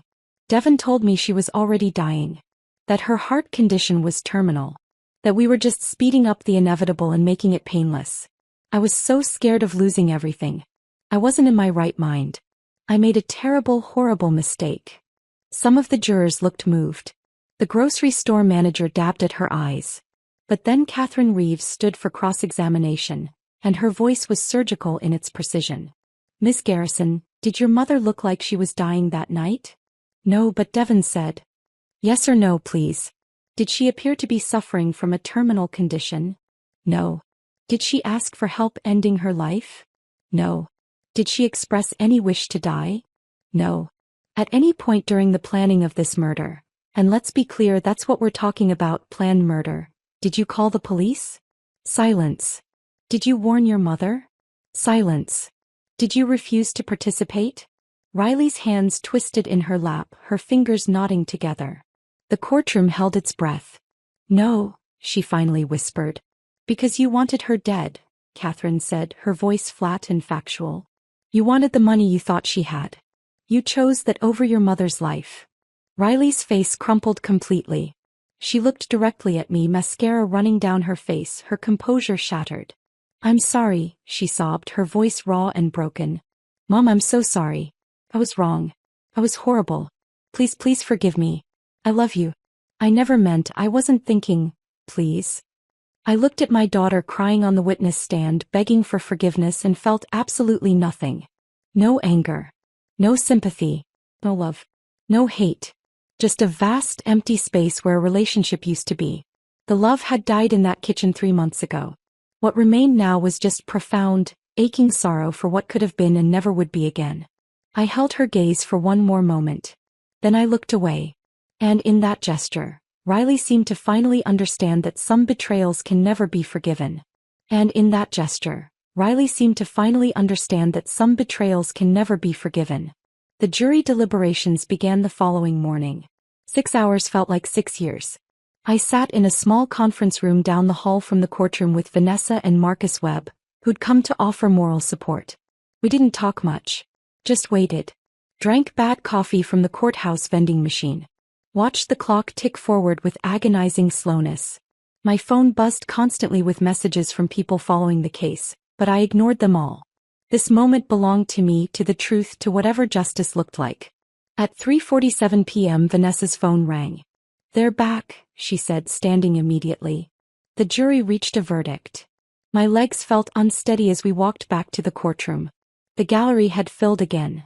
Journalists who'd been waiting in the hallway, spectators who'd somehow heard the news, family members of other cases hoping to catch a glimpse of the conclusion to Seattle's most sensational trial. I took my seat in the front row, directly behind the prosecution table. Catherine Reeves gave me a small nod of acknowledgement but said nothing. Her expression was carefully neutral, revealing nothing about what she might expect.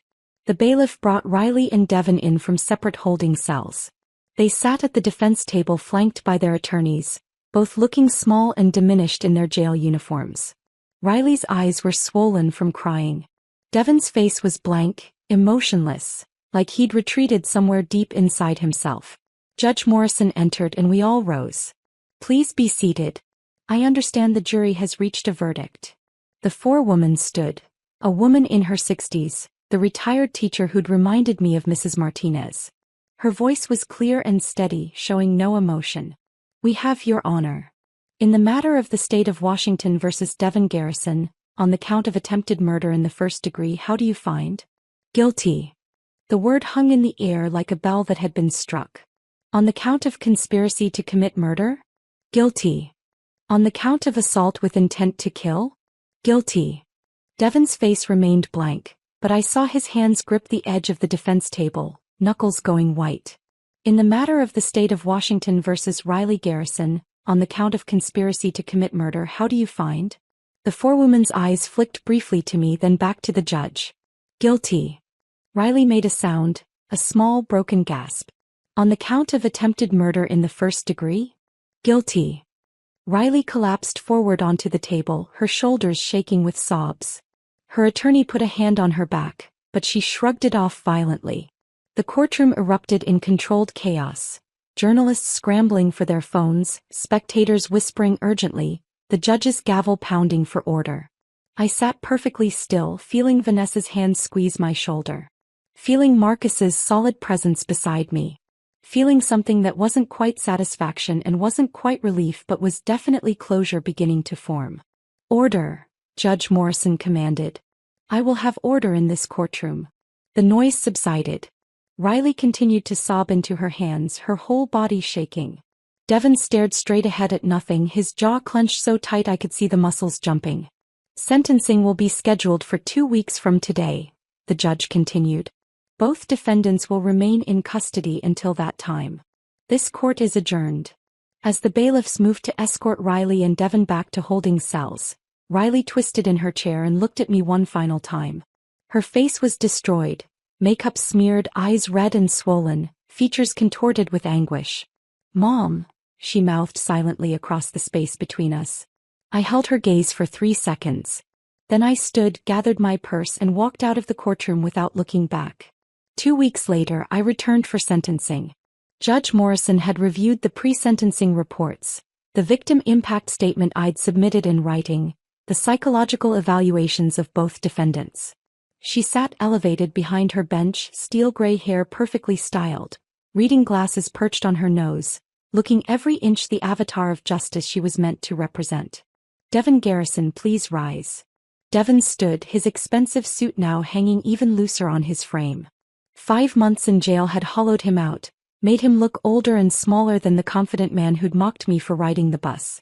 You orchestrated a cold-blooded murder plot against a woman whose only crime was loving her daughter and trying to teach her values, Judge Morrison said, her voice carrying absolute authority. You researched dosages. You purchased poison. You measured it with clinical precision. You discussed her death with the casual indifference of someone planning a dinner menu. You showed not one moment of hesitation, not one shred of humanity or remorse. She looked down at her notes, then back at Devon with undisguised contempt. I sentence you to 25 years in the Washington State Penitentiary without the possibility of parole for 15 years. During your incarceration, you will undergo mandatory counseling and will be required to participate in programs addressing financial crime and domestic manipulation. Bailiff, remove the defendant. Devon's face remained expressionless as they led him away, but I saw his hands trembling at his sides. Riley Garrison, please rise. Riley stood on unsteady legs, supported by her attorney's hand on her elbow. She looked impossibly young in her gray dress, hair pulled back, no makeup to hide the devastation on her face. For a moment she looked like the little girl I'd raised. The little girl who no longer existed. Judge Morrison removed her glasses and looked at Riley with something more complex than simple contempt. Ms. Garrison, your case presents unique circumstances. Unlike Mr. Garrison, you had a lifetime of love and support from the victim. You had a mother who sacrificed everything for your well-being. And you repaid that love with betrayal and attempted murder. Riley's shoulders shook with silent sobs. You had every opportunity to stop this. Every chance to choose your mother over money, love over greed, conscience over convenience. At any point you could have said no. Could have warned her. Could have called the police. You chose not to. The judge's voice hardened.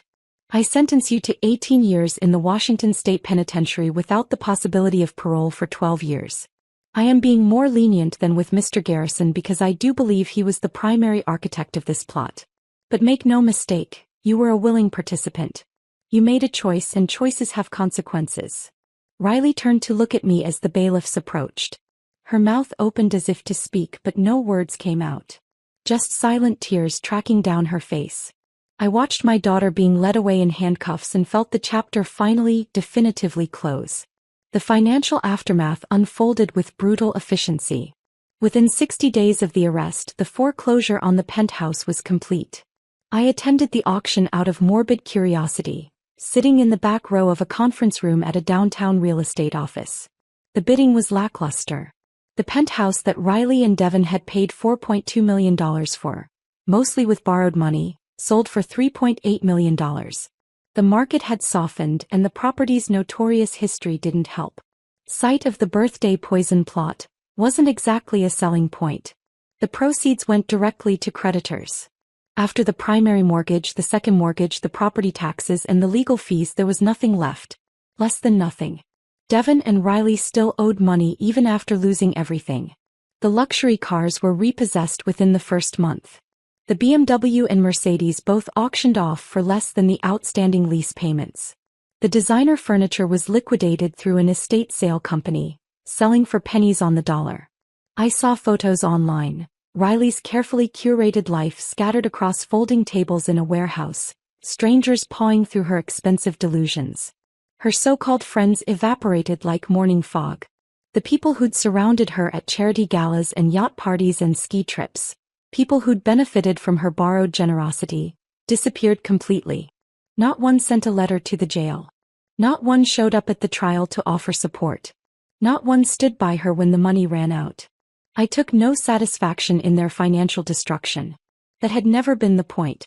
But I did take comfort in knowing that the empire I'd built, the $180 million portfolio, the 17 office buildings, the shopping centers and residential complexes, would never fall into their hands. The Carter Foundation for Women's Entrepreneurship was officially established with $150 million in initial funding. Vanessa served as board president, along with 4 other successful businesswomen I'd recruited.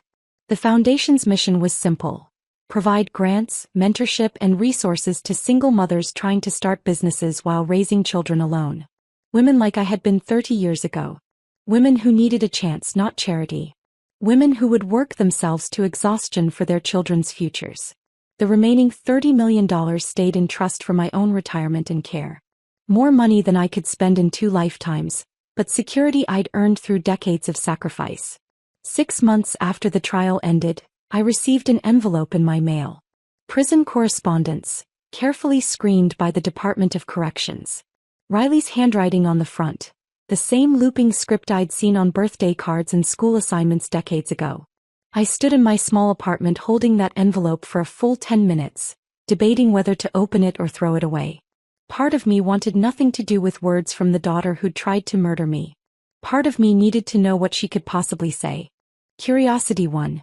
"Mom," the letter began, and I almost stopped reading right there. But I forced myself to continue. "I don't expect forgiveness. I don't expect anything. I just need you to know that I understand what I did. The prison psychologist has been working with me, and I'm starting to see how Devin manipulated me, but that doesn't erase my choices. I chose to listen to him. I chose to see you as an obstacle instead of my mother. I chose money over love. I chose poison over asking for help." The letter continued for 3 pages, single-spaced, Riley's handwriting occasionally shaky with emotion. She wrote about therapy sessions where she'd finally confronted her own shame about her modest upbringing. About how Devin had exploited those insecurities, convincing her that appearance mattered more than integrity.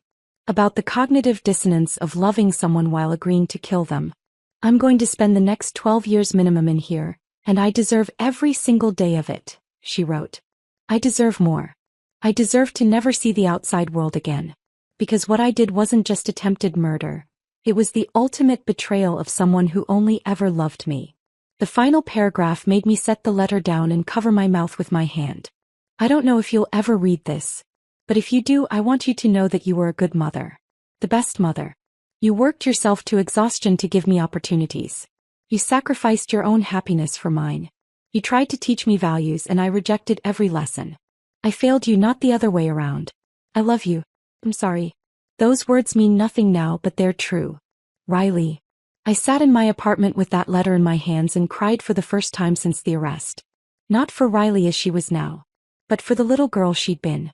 For the relationship that could have existed. For the mother-daughter bond that had been poisoned long before that birthday dinner. Today I'm 58 years old. A year has passed since that November night when I faked a heart attack on my daughter's penthouse floor. I still live in my rent-controlled Capitol Hill apartment, though now it's a choice rather than necessity. I still drive my 2009 Camry with the dented bumper. I still clip coupons on Sundays and wear sensible shoes from Payless. But I'm no longer hiding who I am. Carter and Associates Holdings is public knowledge now. I've done interviews with business journals and women's magazines about building wealth in silence, about the philosophy behind my choices, about what I'd do differently if I could go back. I've become an accidental advocate for financial literacy and women's economic independence. High schools invite me to speak to students about long-term thinking. Business organizations want me on panels about real estate investment. It's strange being visible after decades of invisibility, but I'm adapting. Last month, the Carter Foundation hosted its first annual grant ceremony. 15 single mothers received funding to start businesses. Everything from a mobile pet grooming service to a bookkeeping firm to a graphic design studio. I stood on that stage and told them the part of my story that mattered. The struggle, the sacrifice, the belief that hard work and smart decisions could change everything. They didn't need to hear about the murder attempt. They'd already seen that on the news. They needed to hear about the part before. The woman who'd built something from nothing while the world underestimated her. As for Riley, I haven't written back. I haven't visited the women's correctional facility where she's serving her sentence. I don't know if I ever will. I kept her letter though. Put it in a wooden box along with her baby photos, her elementary school report cards, the construction paper birthday cards she made me when she still thought I hung the moon. Maybe someday I'll be ready to forgive her. Maybe not. Some betrayals cut too deep to heal, even with time and therapy and tearful letters. But I'm no longer defined by what she did to me. I'm defined by what I built, what I survived, and what I'll leave behind when I'm gone. I'm Brooklyn Carter. I built a $180 million empire in silence. I survived my daughter's murder attempt. I exposed the truth and brought justice. And I'm still standing. Brooklyn Carter doesn't lose. Brooklyn Carter endures. If this story of a mother's ultimate survival had you holding your breath, smash that like button right now. My favorite part was when Brooklyn faked that heart attack on the floor, knowing the police were already on their way. What was your favorite moment? Drop it in the comments below. Don't miss more jaw-dropping stories of justice and revenge.